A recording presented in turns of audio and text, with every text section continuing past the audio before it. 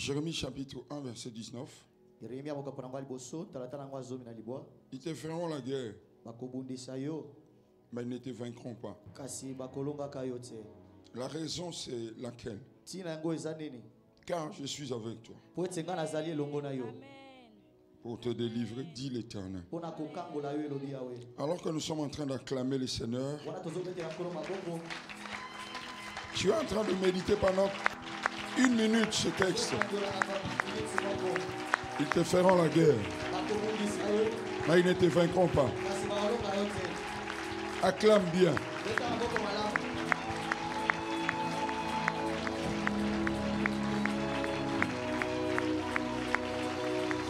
Père, merci. Merci pour ce matin. Au nom de Jésus. Amen.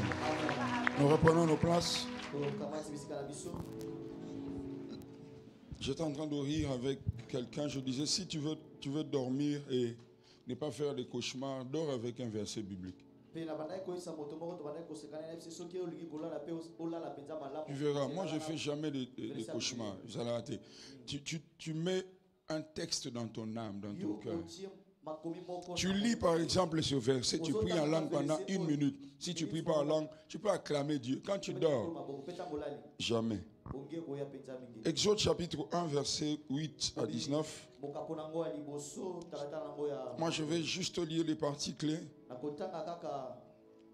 Exode 1, 8 à 19. 1 Samuel chapitre 13, 19 à 22. 1 Thessaloniciens chapitre 2, verset 17 à 18. 2 Corinthiens chapitre 2, verset 11. Et puis un dernier texte que je lirai à la fin, je vous le donnerai. Je répète, Exode 1, 8 à 9, 1 Samuel 13, 19 à 22, 1 Thessaloniciens 2, verset 17 à 18, 2 Corinthiens 2, verset 11. Il s'éleva sur l'Égypte un nouveau roi qui n'avait point connu Joseph. Il dit à son peuple, voilà les enfants d'Israël qui forment un peuple plus nombreux et plus puissant que nous. Allons, montrons-nous habiles à son égard. Empêchons-le. Si c'est ta Bible, tu soulignes. Si c'est une Bible électronique, débrouille-toi pour le faire. Empêchons qu'il ne s'accroisse.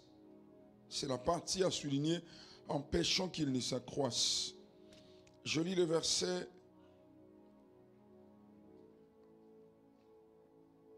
11. On établit sur lui des chefs des corvées afin de l'accabler des travaux pénibles. C'est ainsi qu'il bâtit les villes de Pithom, de Ramsès pour servir de magasin à Pharaon. Verset 15. Le roi d'Égypte parla aux hommes, parla aussi aux sages-femmes des Hébreux. L'une nommée chiffre à l'autre poids. Il leur dit, quand vous accoucherez les femmes des Hébreux et que vous verrez sur le siège que c'est un garçon, faites-le mourir. Si c'est une fille, laissez-la vivre. 1 Samuel chapitre 13. Je lis le verset 19. Et on ne trouvait point de forgeron dans le pays, dans tout le pays d'Israël, car les Philistins avaient dit, empêchons-le. Ça c'est la deuxième fois que l'on voit ce texte, ce verbe, empêchons-le. Nous avons vu ça dans Exode. Ici c'est la même chose, le même texte revient, empêchons-le. Empêchons les Hébreux de fabriquer les épées. Je me limite là. Le troisième texte, c'est dans Thessaloniciens, au chapitre 2. 1 Thessaloniciens, je disais, au chapitre 2, verset 17 à 18.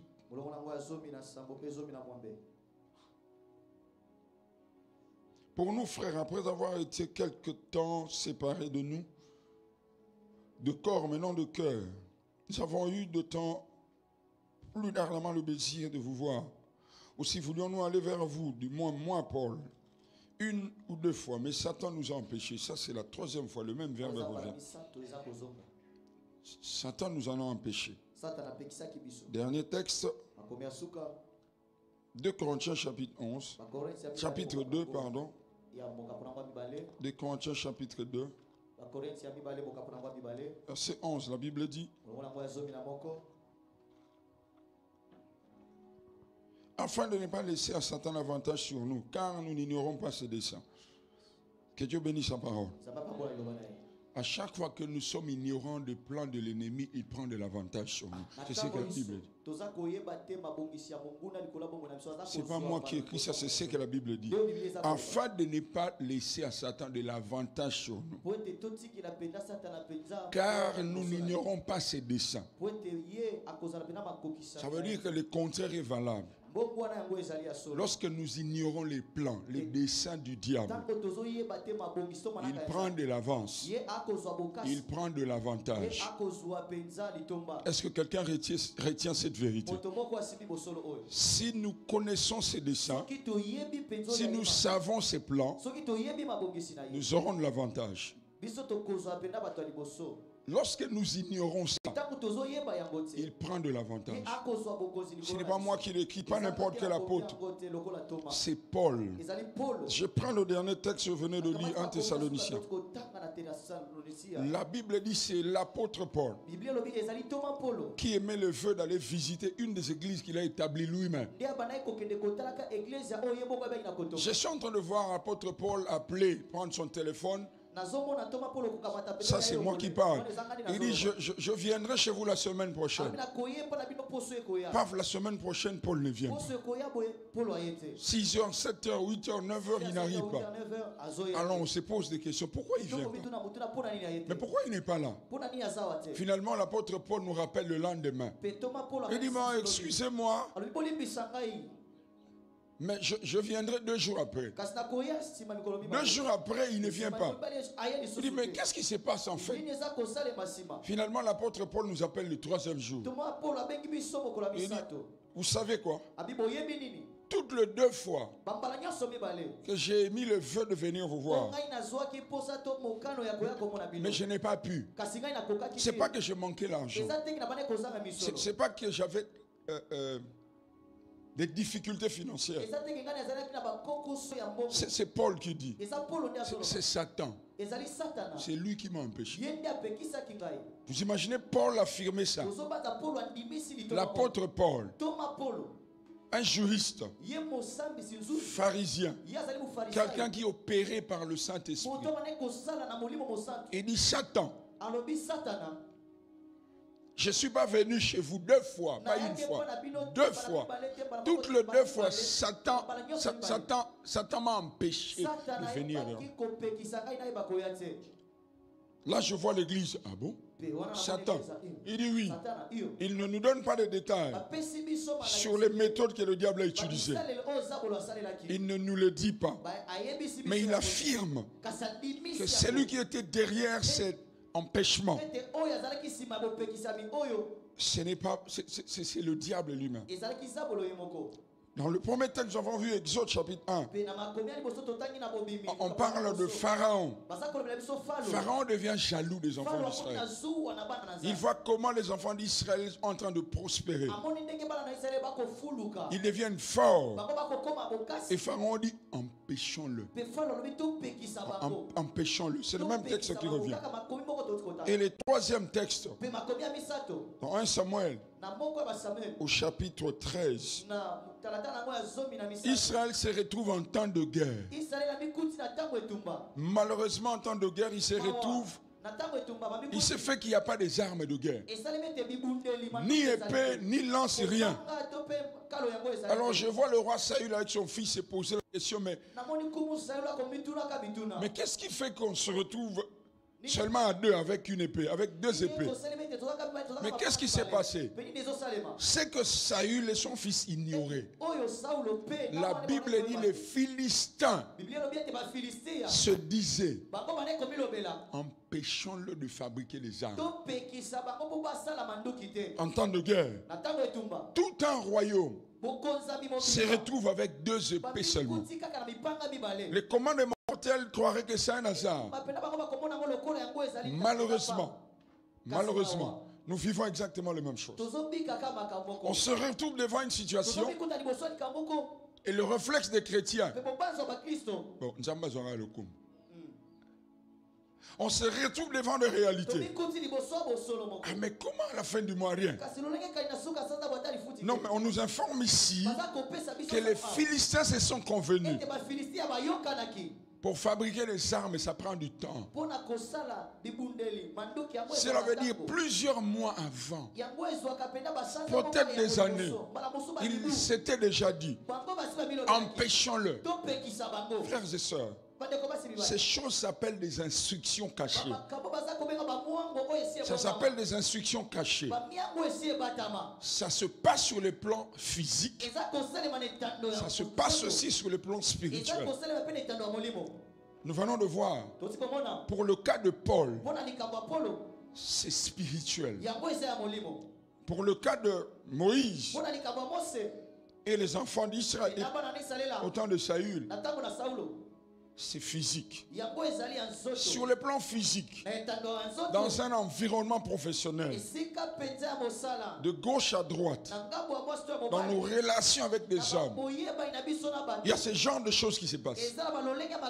Un groupe de personnes se réunissent quelque part et prennent une décision. Empêchons-le. Mais sur le plan spirituel, le diable avec son système, avec ses acolytes, ils se réunissent quelque part. Empêchons-le.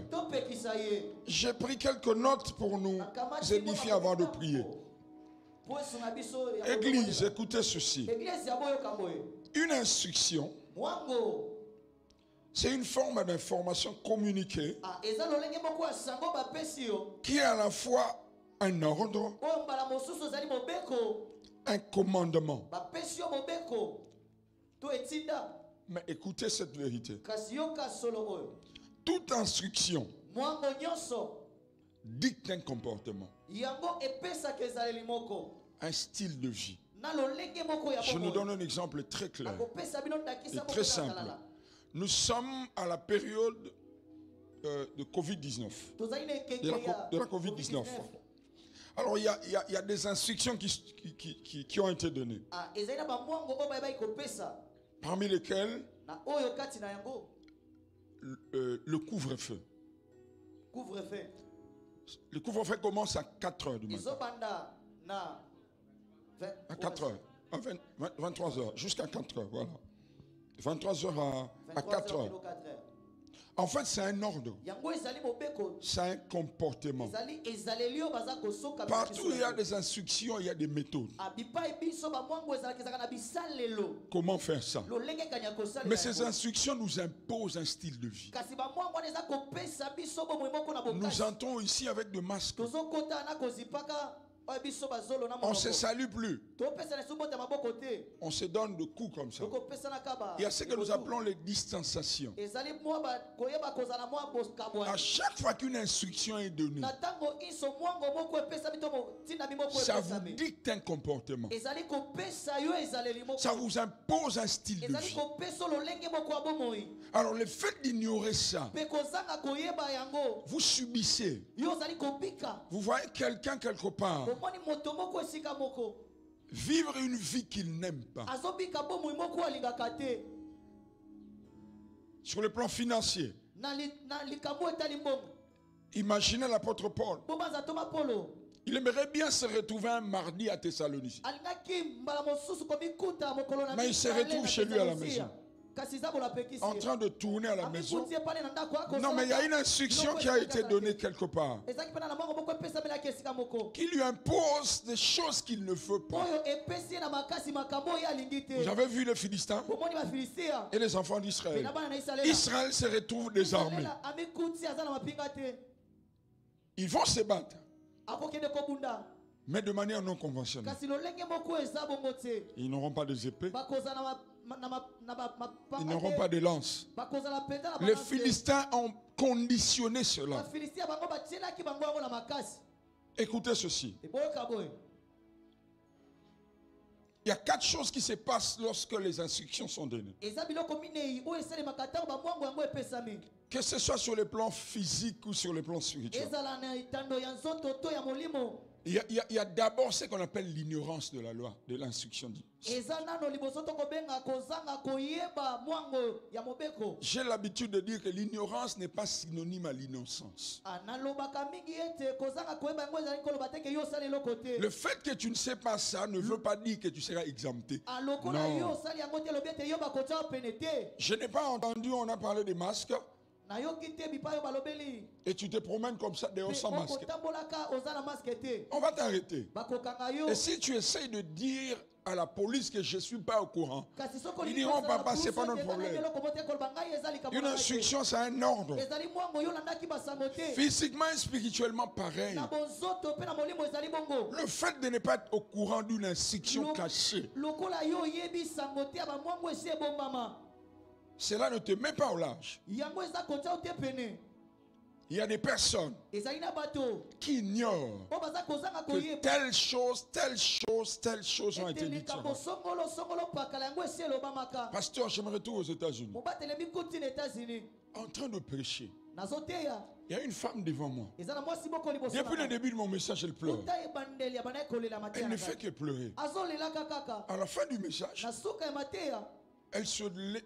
Aussitôt on dit Amen, elle se lève. Elle vient vers moi. Elle fond encore en larmes. J'essaie de la soulever.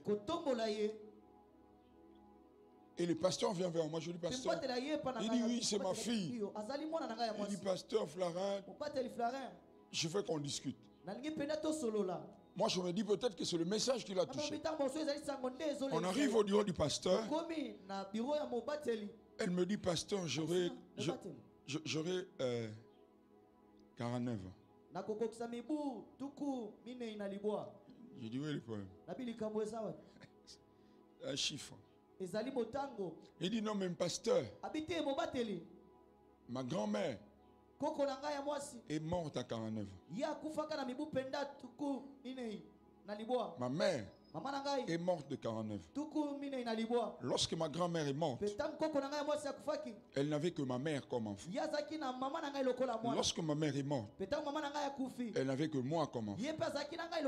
Ma mère est morte de telle maladie. Ma grand-mère est morte de telle maladie.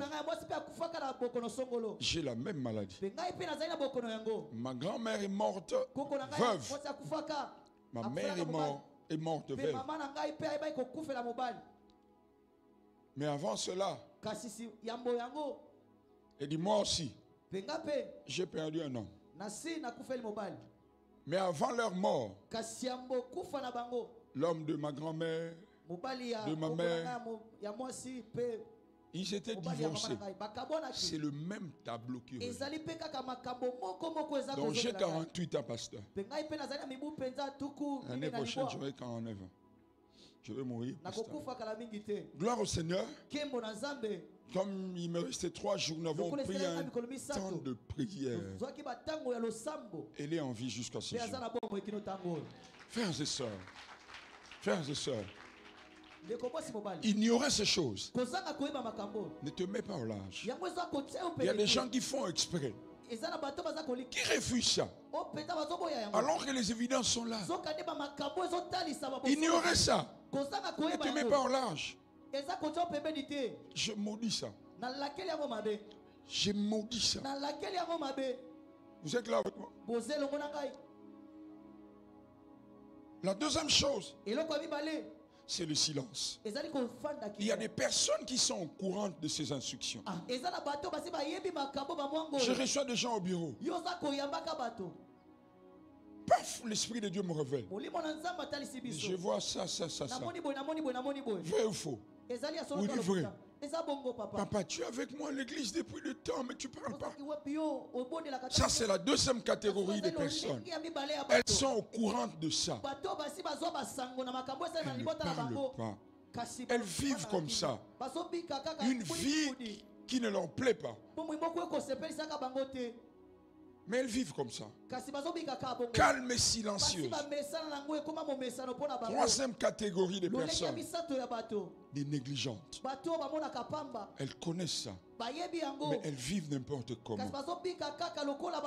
Malgré qu'il y a une instruction, il y a un commandement, il y a une loi physique et spirituelle.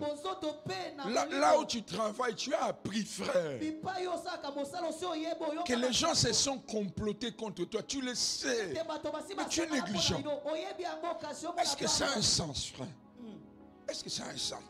Tu es négligent. Tu fais n'importe quoi. Tu vis n'importe comment. Sur le plan spirituel, pareil. Il y a des personnes qui savent. Tu entends quelqu'un dire: je n'ai jamais compris dans notre famille. Toutes les jeunes femmes vivent ça. Tous les jeunes hommes vivent ça. Mais vous voyez la personne négligente vivre n'importe comment, une vie de prière en dents de scie, pas de consécration, rien. Et dernièrement, la dernière chose, la paresse commence.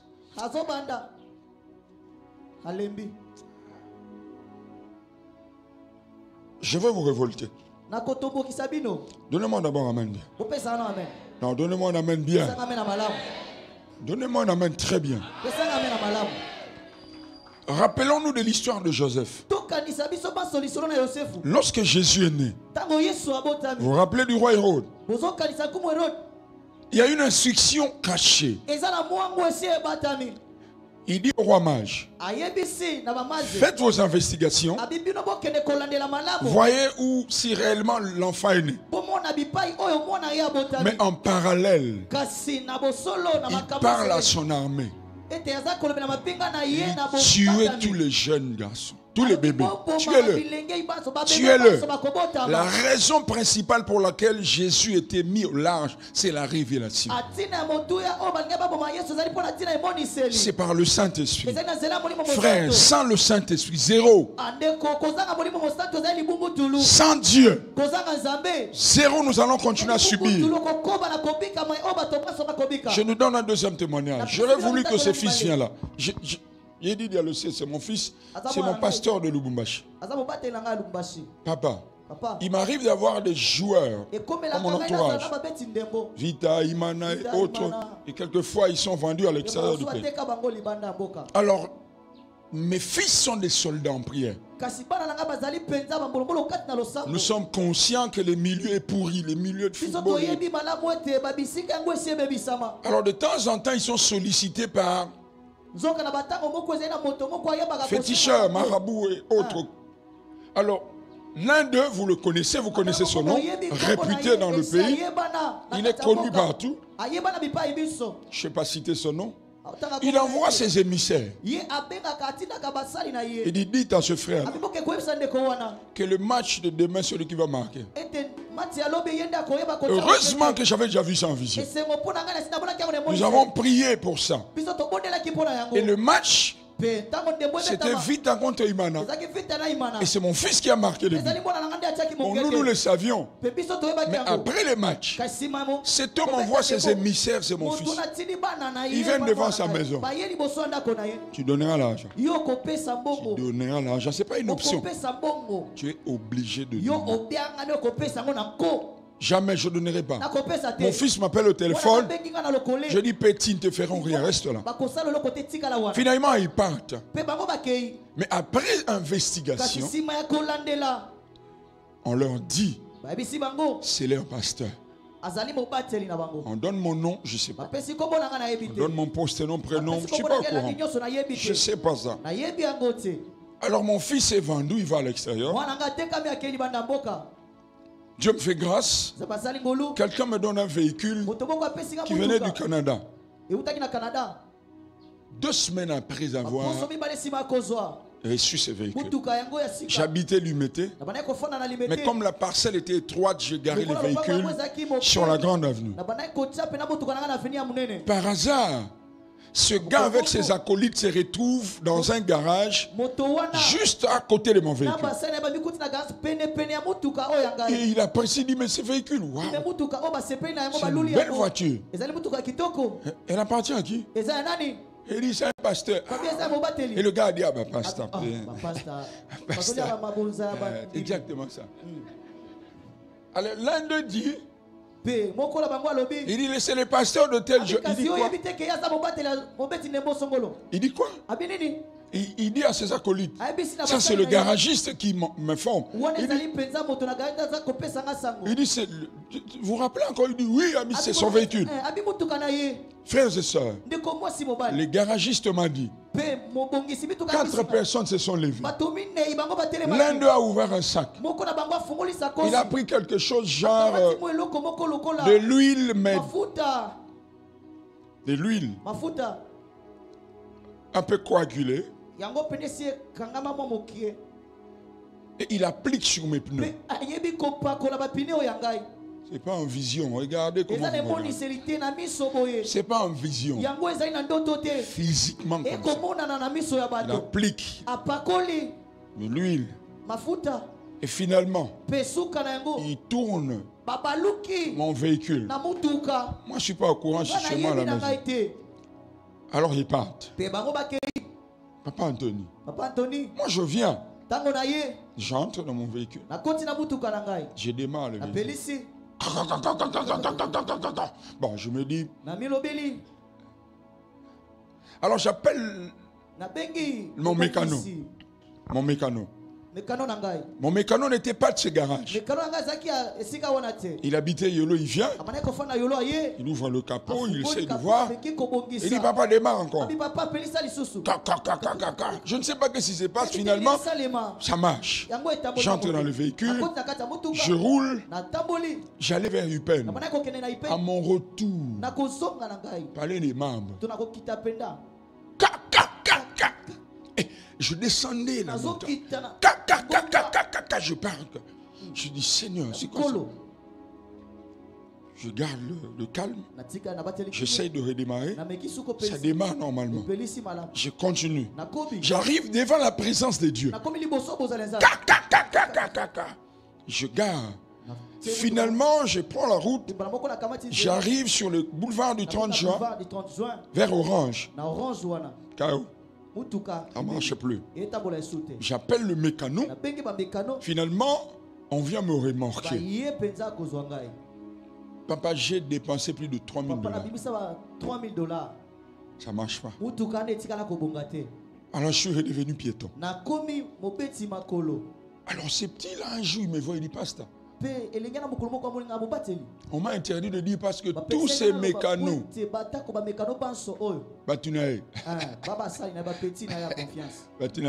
mais tu es notre pasteur. De temps en temps, vous glissez à Bissomelo. Pasteur, regarde ce qui s'est passé. Il dit, hein? Alors en priant, Dieu m'a dit, le but c'était pas de bousiller mon véhicule. Le but c'était de me tuer. Mais j'étais ignorant de ça. Je ne le savais pas. Ça s'applique à un pasteur sur la terre. C'est pas au ciel. J'ai perdu un véhicule. Parce que neuf. Parce que quelque part des gens ont pris des décisions et ils se sont dit empêchons-le. Quelqu'un dit amen bien. Nous allons prier dans quelques minutes. Alors je vais lire un texte biblique. Vous connaissez ce texte? Je vais essayer d'expliquer ça. Colossiens chapitre 2. Quelqu'un connaît ça déjà? Verset 14. Il a effacé l'acte dont les ordonnances nous condamnaient et qui subsistait contre nous. Et il a détruit en le clouant à la croix. 15. Il a dépouillé les dominations et les a livrées, et les autorités, et les a livrées publiquement, en spectacle, en triomphant d'elle par la croix. Le travail que Jésus a fait, il a dépouillé. Alors regardez ceci. Regardez ceci. Papa Anthony me fait cadeau d'une parcelle. Papa Anthony a bah, il me faire un cadeau, c'est une prophétie. Amen. Il me fait cadeau d'une parcelle. Il dit, Florent, ça c'est ta parcelle. Je dis, waouh, merci beaucoup, papa. Papa, j'arrive là où se trouve la parcelle. Je trouve que la parcelle, elle est occupée. Et le constat que je fais, et s'il y a quelqu'un qui a fait un faux document, mais moi j'ai l'original. Alors je vais au tribunal, je rentre dans mes droits sur le plan officiel. La parcelle me revient. Mais en réalité, la parcelle est occupée. Le fait d'avoir le certificat ne veut pas dire que la parcelle n'est pas à moi. Mais je ne vis pas dans ma parcelle. C'est là que les chrétiens, nous ne comprenons pas ces textes. Jésus nous a donné l'acte. Mais pourquoi tu vis la vie que tu as? Il y a des gens qui déclarent ça. Mais la vie normale ne suit pas. Soit c'est de l'orgueil. C'est de l'orgueil. Ce que tu as à faire, c'est quoi? Venez le déguerpir. Venez le déguerpir. Sinon, pourquoi il a dit je vous ai donné le pouvoir? Pourquoi? Dieu n'est pas un gaspilleur. C'est un investisseur. Il dit je vous ai donné le pouvoir. Ça veut dire l'autorité. Or, il n'y a pas d'autorité sans autorisation. Il n'y a pas d'autorité sans autorisation. Frères et sœurs, il y a des lois comme ça, des instructions. Si tu connais ça, tu as de l'avantage. Lève-toi. Jusqu'à ce que tu entres dans tes droits et tu dis Amen. La Bible dit courez de manière à remporter les prix. Moi je dis priez de manière à posséder son héritage. Moi je n'arrête jamais de prier jusqu'à ce que je touche à mon héritage. Mais pourquoi, bien-aimé dans le Seigneur, toi tu te dis tout est accompli. Je suis d'accord avec toi. Ça veut dire le titre légal est là. Mais je ne suis pas encore en possession.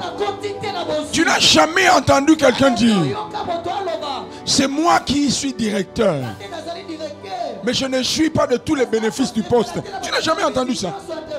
Il a ses petits... Toutes les missions de service, et les COP.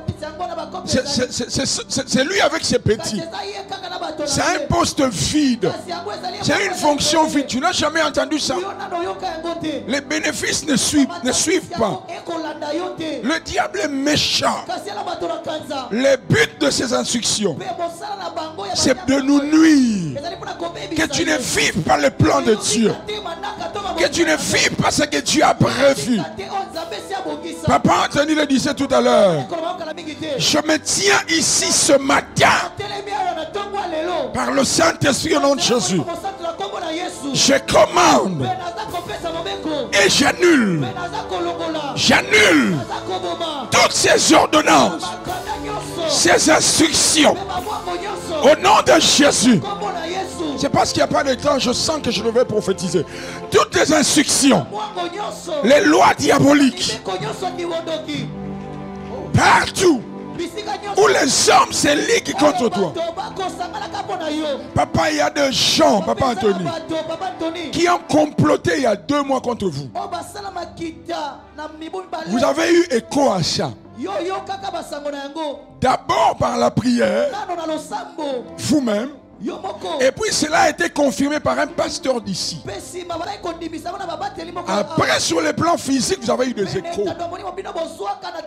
Mais les dieux que vous priez, parce que vous avez obéi, ce temps a été précédé par un temps de jeûne et prière de 4 jours. 3 jours vous avez fait seul, mais un jour votre femme vous a rejoint. C'est la raison pour laquelle ces plans étaient en berne. Sinon papa, vous allez dire comme tous les communs de Kina, frère, il y a des choses qui ne donnent pas gloire à Dieu. Quelqu'un n'a pas entendu. Quand je dis que Dieu soit loué, ne veut pas dire que je deviens passif. La Bible dit résistez-le avec une foi ferme. Je dis à quelqu'un, il y a une loi établie dans ta famille pour le chômage. Je maudis cela ce matin. Il y a une loi établie dans ta famille sur le célibat. Je maudis cela ce matin. Au nom de Jésus. Oh, donnez-moi un amen très bien. Au nom de Jésus. Au nom de Jésus. Au nom de Jésus. Sur ta santé. Il y a des choses qui ne sont pas normales. Les gens se sont ligués. L'enfer s'est ligué pour que tu ne te maries pas. Tu dois avoir un enfant avant de te marier. Je maudis ça. Je maudis ça. Je maudis ça. Je maudis ça. Tu te marieras. Les enfants viendront au mariage. Au nom de Jésus. Au nom de Jésus. Au nom de Jésus. Il y a des entrailles qui sont maudites de génération en génération. Ce matin, je regarde la croix. Je prends l'acte qui m'a été délivré. Je viens avec, par la puissance du Saint-Esprit, au moyen du sang de Jésus. Je maudis cela. Je maudis cela. Je maudis cela. Je maudis cela. Je maudis cela. Au nom de Jésus, toute arme forgée contre toi ce matin est de nul effet. Au nom de Jésus. Au nom de Jésus. Aujourd'hui, il y a des personnes qui verront des signes. Papa parlait de l'instruction. Papa parlait des directives. La première, la voici. Aujourd'hui, la majorité des personnes, du moins celles qui croient, auront des signes. Je suis prophète, je sais. Je sais quand j'entends Dieu. Tu auras un signe qui te montrera que les choses reviennent sur les rails. Les choses reviennent sur les rails. La deuxième chose qui se passera aujourd'hui, la deuxième chose, pendant la journée, il y aura une sainte colère, comme une révolte. À un moment donné de la journée, tu sentiras comme une révolte. Tu sentiras comme une révolution. Et la troisième chose, avant qu'on ne dorme, aujourd'hui, tu entendras que dans leur camp, il y a des effets.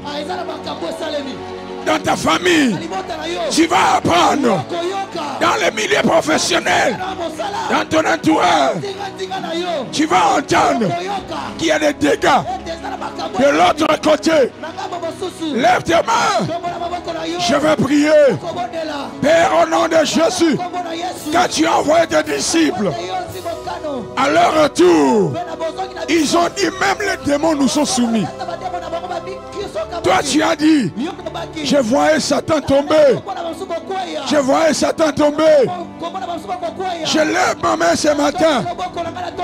Tout le système diabolique contre toi, contre ta fille, contre ta femme, tes enfants, ta destinée.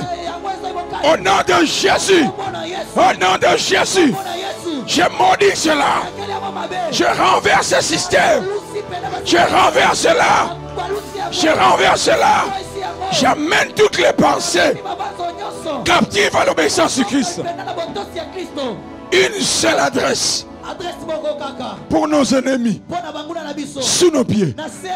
Une seule adresse pour tes ennemis sous tes pieds. Je veux voir quelqu'un qui croit à ces paroles acclamer royalement.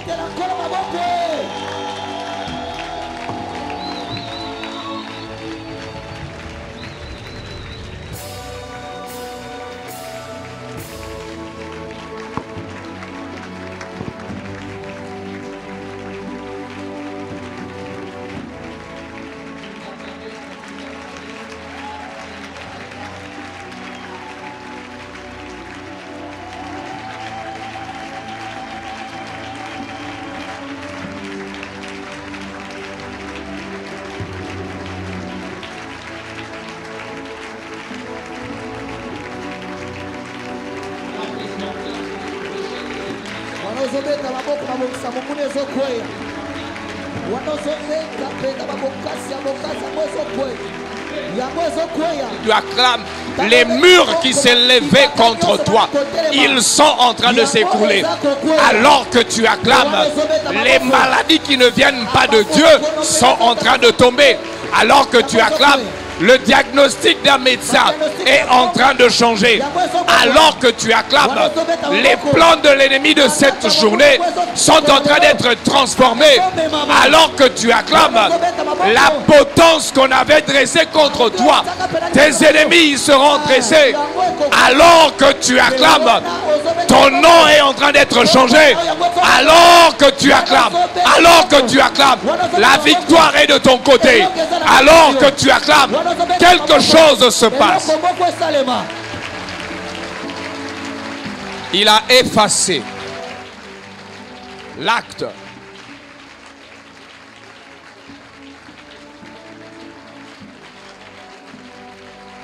Il a effacé l'acte rédigé contre nous, qui nous condamnait par ses prescriptions, et il l'a annulé en le clouant à la croix. Il a ainsi dépouillé les dominations et les autorités et les a données publiquement en spectacle, en triomphant d'elle par la croix. Il a effacé l'acte rédigé contre nous, qui nous condamnait par ses prescriptions, et il a annulé en le clouant à la croix. Il a effacé l'acte rédigé contre nous, qui nous condamnait par ses prescriptions, et il a annulé en le clouant à la croix. Père, Père, nous prions sur base de ta parole. On ne parle pas d'une autre parole. On parle de ta parole. Alors qu'elle s'accomplisse. Seigneur, je viens ici en tant que serviteur de Dieu. Je t'oppose ta propre parole. Que mon frère, que ma soeur, que moi-même, que je vive les réalités attachées à cette parole. Au nom de Jésus, je prie que tu agrées ces offrandes. Ce que nous sommes en train de te donner avec joie. Ce que nous te donnons avec amour. Je crois et je sais que tu l'agrées. Au nom de Jésus. Très rapidement, on donne nos offrandes. Et je donne quelques instructions. Le pasteur Florent nous demande si c'est possible. Je dis bien si c'est possible. Mais je prie que ça soit possible pour chacun de nous. À partir de 18h aujourd'hui, que personne ne mange jusque demain. On va avoir simplement des temps de prière. À partir de 18h aujourd'hui, si c'est possible pour toi, si tu n'as pas des restrictions médicales, des restrictions de santé, ne mange pas. Mais prépare ça en prière. Demain matin, quand on commencera ces lieux, on va simplement être en train de prier. Je ne sais pas ce que Dieu a prévu de faire, mais viens avec une soif. Viens avec quelqu'un, viens avec ton frère, viens avec ta soeur, viens avec quelqu'un qui est malade. Il est temps que l'on vive des miracles authentiques dans l'église. Moi, je soupire après des moments où on entre dans l'église, quelqu'un qui avait un handicap, il sort de ce lieu, il a laissé ses instruments en ce lieu.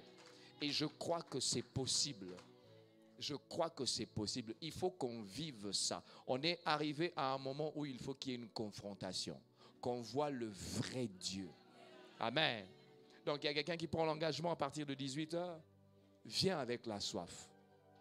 Tu as un cancer, tu as je ne sais pas quoi. Le Dieu que je sers, il guérit ces choses. Dans la parole de Dieu, il y a tous les ustensiles pour pouvoir enlever le cancer. L'opération de Dieu se fait à ciel ouvert pendant que tu ne sais pas. Tu es en train de dormir, Dieu opère. Tu te lèves, l'opération est finie. Tu n'es pas entré dans une salle d'opération. Dieu a déjà opéré. C'est ça la spécialité de Dieu. Les hommes doivent t'endormir, doivent te donner des médicaments. Lui, Dieu t'opère même maintenant. Pendant que tu parles, Dieu est en train d'opérer. C'est comme ça que Dieu agit. Donc, viens. Amen. Alors, n'oublions pas, demain à 5h45, nous commençons directement et on terminera au plus tôt à 6h45. Venez nombreux. Et n'oublions pas, nous avons ce programme de l'église où nous avons le père de notre église qui est dans cette contrée. Je pense que cette semaine, il est à Isiro. On a pris l'engagement de le porter en prière. Prions pour le salut des âmes. Prions pour ces hommes et ces femmes qui doivent connaître le Seigneur. Est-ce qu'il y a quelqu'un qui passe même une seule minute en train de dire, Seigneur, souviens-toi de notre Père, le pasteur Ken. Juste une seule minute, une seule minute. Pendant toute la journée, tu peux faire beaucoup de choses. Arrête-toi, dis, Seigneur, souviens-toi du révérend Ken. Amen. Souviens-toi de ces âmes qu'il y a là-bas. Nous devons avoir une grande armée. Ce pays doit être géré, dirigé, possédé par des hommes et des femmes de Dieu. On doit les gagner. Amen.